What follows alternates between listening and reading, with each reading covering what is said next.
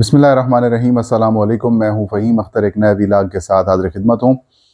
नाज़रीन, election commission of Pakistan के ऊपर जो तौहीन अदालत की तलवार है वो अब लटकने लगी है।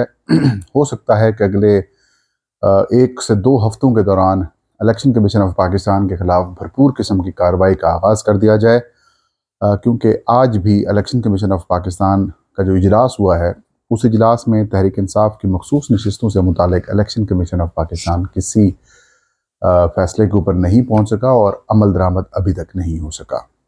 इसके अलावा पाकिस्तान तहरीक इंसाफ के बाद जमात उलमा इस्लाम भी अब इलेक्शन कमीशन के रडार के ऊपर आ चुकी है और सेम डे मुकर्रर किया है इलेक्शन कमीशन ऑफ पाकिस्तान ने, और चीफ इलेक्शन कमिश्नर जमात उलमा इस्लाम को धमकियां भी देते हुए नजर आए हैं।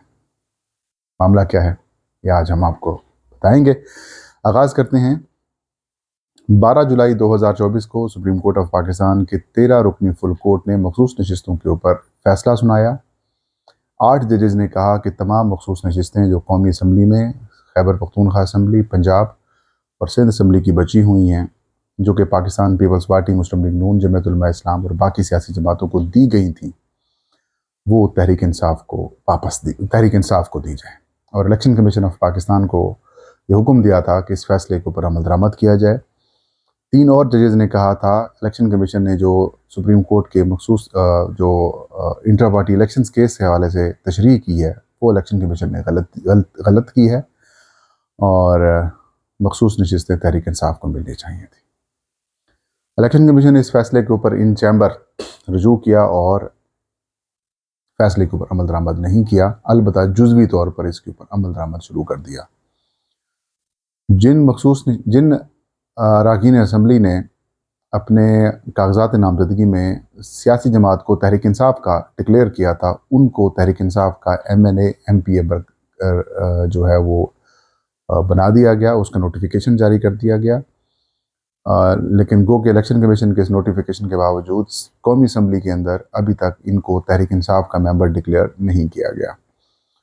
लेकिन मखसूस नशिस्तों के ऊपर इन चैम्बर रजू कर लिया और इलेक्शन कमीशन ने यह मौक़िफ़ इख्तियार किया कि इलेक्शन कमीशन ये समझता है कि तहरीक इंसाफ का तंजीमी ढांचा मौजूद नहीं है, और जब तंजीमी ढांचा मौजूद नहीं है तो हम किसकी जानिब से जमा कराए गए जो सर्टिफिकेट्स हैं उनको एक्सेप्ट करें, इसलिए इसके ऊपर वजाहत दे दें। इलेक्शन कमीशन ने फिर 14 सितंबर को वजाहत जारी की, 4 सफ़ात के ऊपर मुश्तमिल, और इलेक्शन कमीशन ऑफ पाकिस्तान पर ताख़ीरी हरबे इख्तियार करने का इल्ज़ाम लगाया और इलेक्शन कमीशन को कहा कि अगर आपने तहरीक इंसाफ के हवाले से जो मखसूस नशिस्त देने का हुक्मनामा हमारा उसके ऊपर अमल ना किया, तो आपको इसके काफ़ी ज़्यादा जो कॉन्सिक्वेंसेस हैं, यानी कि इसके असरात जो हैं वो बर्दाश्त करने पड़ सकते हैं।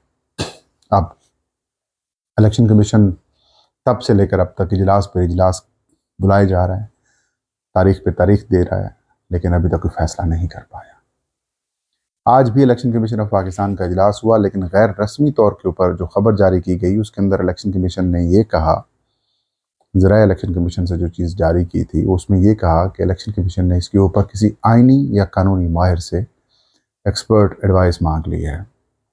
अब एक्सपर्ट एडवाइस क्या होगी? क्या वो एक्सपर्ट जनाब अटॉर्नी जनरल पाकिस्तान होंगे? क्या वो एक्सपर्ट जनाब लॉ मिनिस्टर होंगे?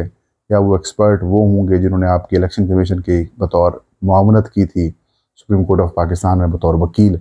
या फिर वो इलेक्शन एक्सपर्ट होंगे जिन्होंने आपको फ़ैसला लिख कर दिया? या फिर वो इलेक्शन एक्सपर्ट होंगे जो आपकी सोच के साथ हम आहंग होंगे, या लीगल एक्सपर्ट?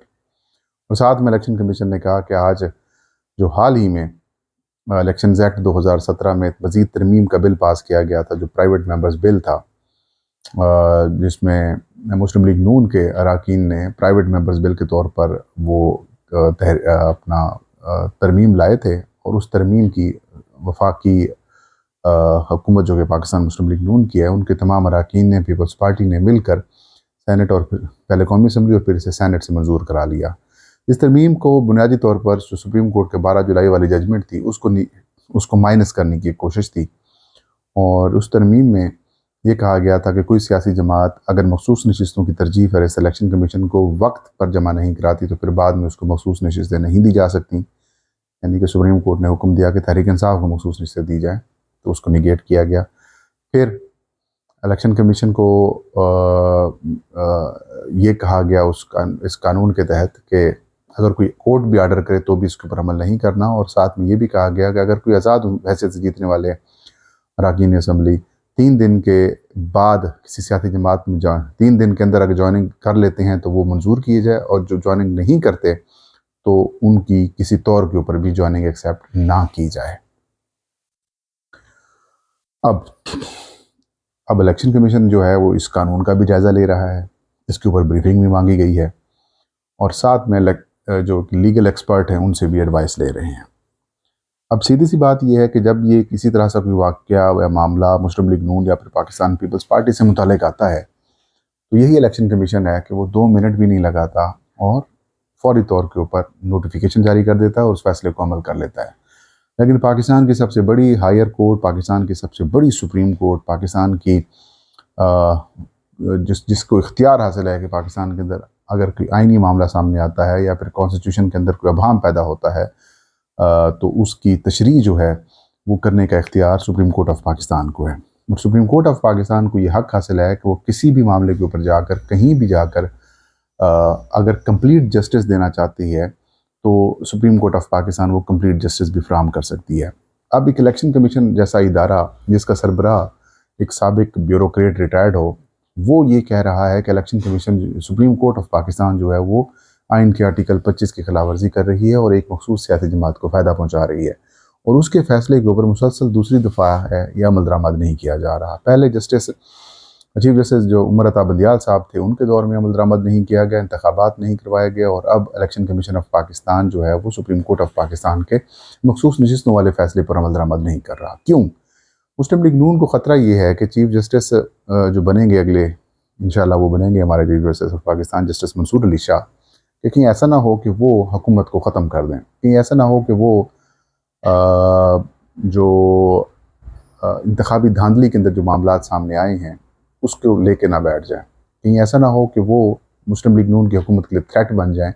इसलिए जस्टिस मंसूर अली शाह की तरफ से आने वाला कोई भी फैसला होगा उसके ऊपर अमल दरामद के लिए रुकावटें डाली जाएंगी। और यही बात जो चीफ जस्टिस काजी फायजी साहब की एक्सटेंशन के हवाले से भी आ रही थी कि उनको सुप्रीम कोर्ट ऑफ पाकिस्तान को बुनियादी तौर पर एक लोअर कोर्ट बना देना है और सुप्रीम कोर्ट के ऊपर एक आपने आइनी अदालत बना देनी है और आइनी अदालत में बिठा देना काजी फायजी साहब को, और यूँ हुकूमत को किसी किस्म को कोई प्रॉब्लम नहीं होगा।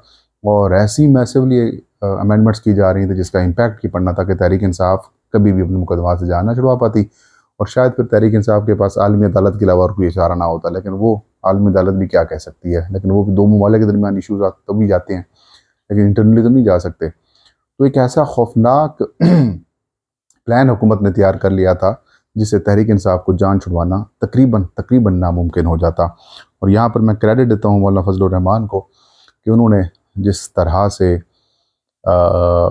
तमाम तर दिनों में दबाव बर्दाश्त किया, हर किस्म के ताल्लुकात अपने ख़राब की हद तक पहुँच गए, लेकिन उन्होंने कहा कि नहीं, ये पाकिस्तान के साथ, पाकिस्तान की आवाम के साथ जुल्म हो रहा है।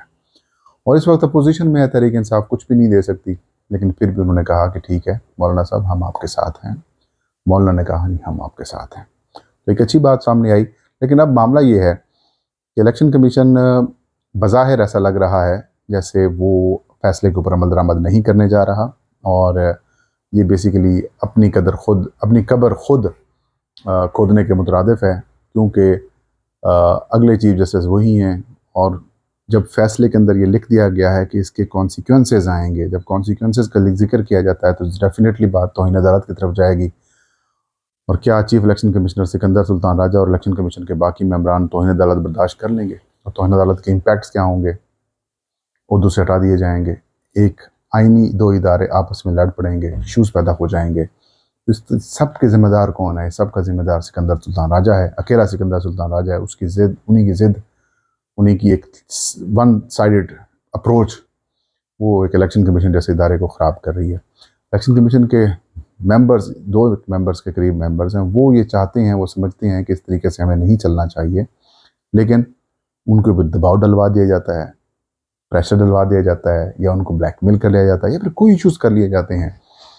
तो ज़ाहिर है अब चीफ इलेक्शन कमिश्नर साहब का भी चीफ जस्टिस की तरह इस सारे प्रोसेस के अंदर इंटरेस्ट है कि उनको एक्सटेंड किया जा रहा है, उनको एक्सटेंशन दी जा रही है, और जितनी सर्विसेज चीफ इलेक्शन कमिश्नर ने दी हैं मुस्लिम लीग नून के लिए किसी ने भी नहीं दी।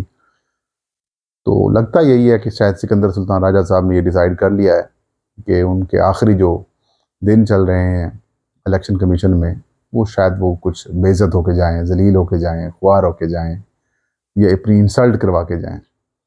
दोनों सूरतों में बहुत परेशानी है। दूसरी खबर है जी, पाकिस्तान तहरीक इंसाफ के बाद जमात उलमा इस्लाम भी आज इलेक्शन कमीशन के रडार पे आई। तहरीक इंसाफ और जमात उलमा इस्लाम के इंटर पार्टी इंतखाबात का आज की समाअत हुई।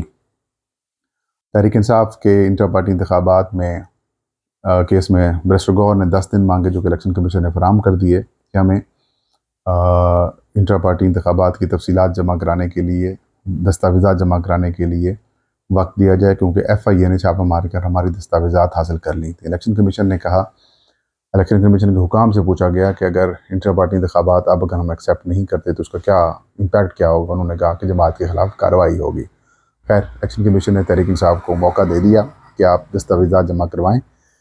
अब PTI का ये कहना है कि हमारे दस्तावेज़ात FIA ले गई थी, लेकिन मैं इस इंटरेस्टिंग बात यह है कि इलेक्शन कमीशन से तो रुजू तहरीक इंसाफ कर रही है। आई थिंक हाई कोर्ट से भी शायद रुजू किया है, या करना चाहिए तहरीक इंसाफ को। अगर किया हुआ है तो वेल एंड गुड, नहीं किया हो तो उसको परसू करना चाहिए और रुजू करना चाहिए, और ये कहेंगे कम अज़ कम वो दस्तावेज़ात FIA हमारे हवाले कर दे, वापस तहरीक इंसाफ के हवाले कर दे। जमात उलमा इस्लाम की इंटर पार्टी इंतखाबात के ऊपर भी आज समाअत हुई, और उस केस के समाअत में चीफ इलेक्शन कमिश्नर JUI के वकील को कुछ धमकियाँ देना, धमकी अमेज़ अंदाज में जो है वो उनको गुफ्तगू करते रहे। JUI के वकील ने कहा कि हम इंटर पार्टी इंतखाबात करवा रहे हैं, कुछ अजला में या फिर कुछ जो हमारी पार्टी आइन के मुताबिक इंतखाबात हो रहे हैं, अब कुछ सूबों के इंतखाबात रह गए हैं, वो हमें जल्द मुकम्मल करवा लेंगे, उसके लिए हमें आप 2 महीने यानी कि 60 दिन का वक्त दें। चीफ इलेक्शन कमिश्नर ने कहा कि 60 दिन का वक्त तो बहुत ज़्यादा है। उन्होंने कहा कि आइनी तरमीम का भी मामला चल रहा है, इलेक्शंस भी हुए हैं। चीफ इलेक्शन कमिश्नर ने कहा कि आपका आइनी तरमीम से क्या ताल्लुक़ है। हंसने वाली बात थी। और फिर ये कहा कि आपको पता है इसके असरात क्या होंगे, आपका इंतखाबी निशान छीन लिया जा सकता है। खैर, उन्होंने कहा आपको आखिरी मौका होगा, अगर तो हुआ उसके बाद आपको मौका नहीं दिया जाएगा, और उसके बाद केस की समाअत जो मुलतवी कर दी गई है, और JUI को जो वक्त मांगने की सज़ा थी उसके ऊपर फैसला रिजर्व कर लिया गया है। अब जमात उलमा इस्लाम और तहरीक इंसाफ एक पेज के ऊपर आ गई हैं, दोनों एक पेज के ऊपर हैं, और इलेक्शन कमीशन भी दोनों जमातों से मुतालिक एक पेज के ऊपर आ चुका है।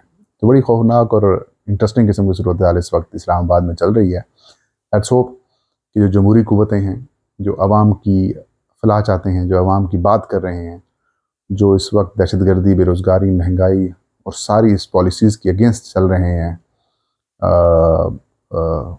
अल्लाह करे कि वो कामयाब हों, और जो आवाम की फलाह के लिए काम नहीं कर रहे, ज़ातियात के ऊपर उतरे हुए हैं, उनसे दुआ है कि अल्लाह उनको हिदायत दे। ये था आज का वीला। फ़हीम अख्तर इजाज़त दीजिए। अल्लाह हाफ़िज़।